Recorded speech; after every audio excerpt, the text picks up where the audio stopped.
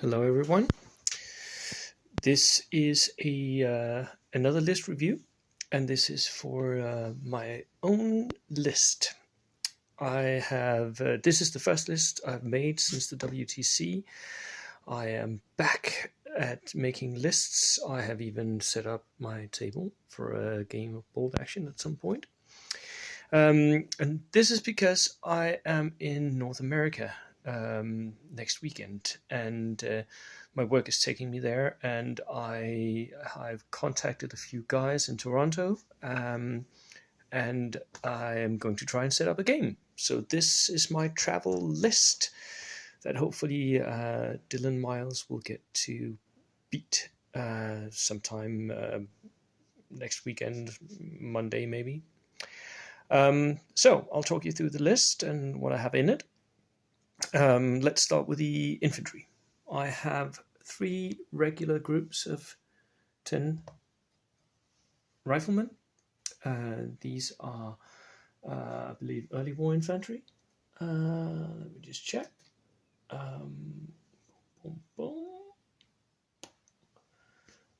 Mid to late war.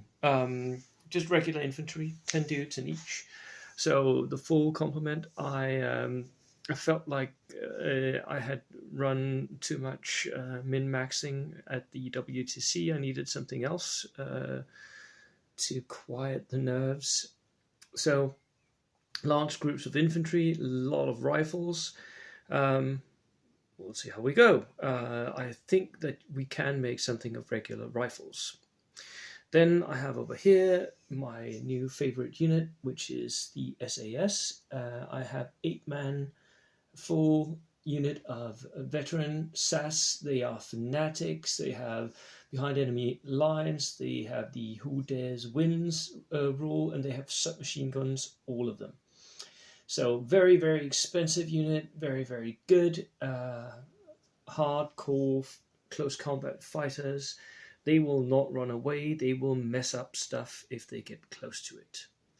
So that is my 4 infantry choices. To guide them, I have a lieutenant here, and I have bought 2 extra men for this lieutenant. And I've also taken him as regular. So there's my lieutenant with the 2 extra dudes, and he is regular. I'm trying to replicate something that I've seen the Germans at the WTC and other tournaments where I've seen Germans play. What they're doing, them and the Spanish are actually using sometimes large teams of lieutenants, because they will survive preparatory bombardment better and they will make a more threatening unit afterwards. So I'm trying to do that. I have the artillery observer, because he's free, so why not?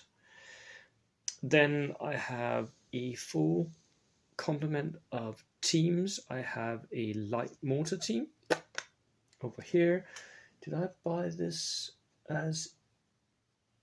this is the one thing I bought as inexperienced. A bit of min-maxing on my behalf there. He is inexperienced. Then I have a regular sniper team. I have a regular Piet team. I have a regular flamer team.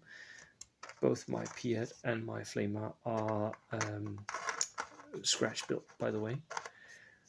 Really enjoy that part of the hobby sometimes. And then comes my vehicles. I have 3 vehicles in my list, all of them open-topped.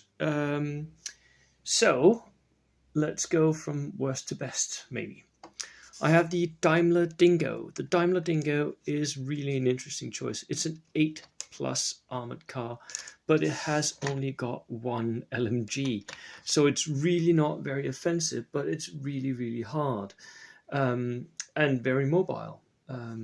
This Daimler Dingo, by the way, is a converted Dinky toy that I painted up.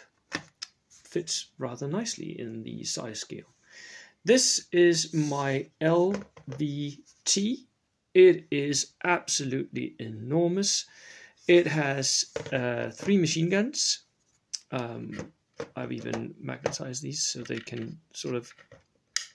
There we go. They can have different configurations depending on if if I can get them to sit, depending on where I want them to go. I've seen both this where they're mounted up here and where they're mounted on the side, so I made both just in case there was a difference. It has a hull-mounted machine gun and 2 pindle-mounted machine guns. But since it's a transport vehicle, it will need stuff inside to shoot these.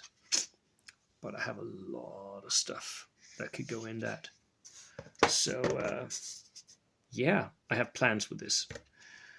I really like my LVT. It can transport 30 dudes, so most of my infantry actually fits into that one if I wanted to. Although they will all get pinned once the enemy starts shooting at me, right? Then I have a Recce Stuart, which is a configuration you don't normally see. When you're playing British, you don't get the darker Stuart as a Recce version, which you do as Americans or Soviets.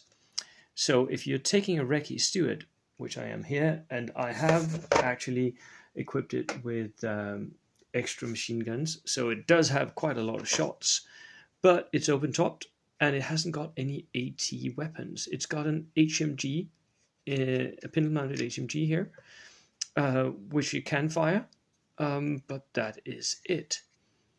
But it has Recce, it has a lot of machine gun shots. Let's see how it goes. I've used these before successfully, but they will get pinned. So, for special rules, I've taken Vengeance. Vengeance benefits armies that are pretty close to the enemy, because if I'm within 12 and I am regular or veteran, I can roll a d6 on a 4+. I remove 1 pin when I give an order to a unit. So that's a way to get rid of pins, which I think I'm going to get a lot of pins. So, so that was the thought behind that. It is not the most optimized list I can make, definitely not, but it's definitely not something that's non-competitive either. There are choices here where I think I can do quite a lot of stuff, and I do have quite a lot of machine guns in my in these 2 vehicles. So that is my travel list for this year. I hope I get to do a report from when I face Dylan, hopefully on Monday, and maybe take some pictures of it. Cheers, bye.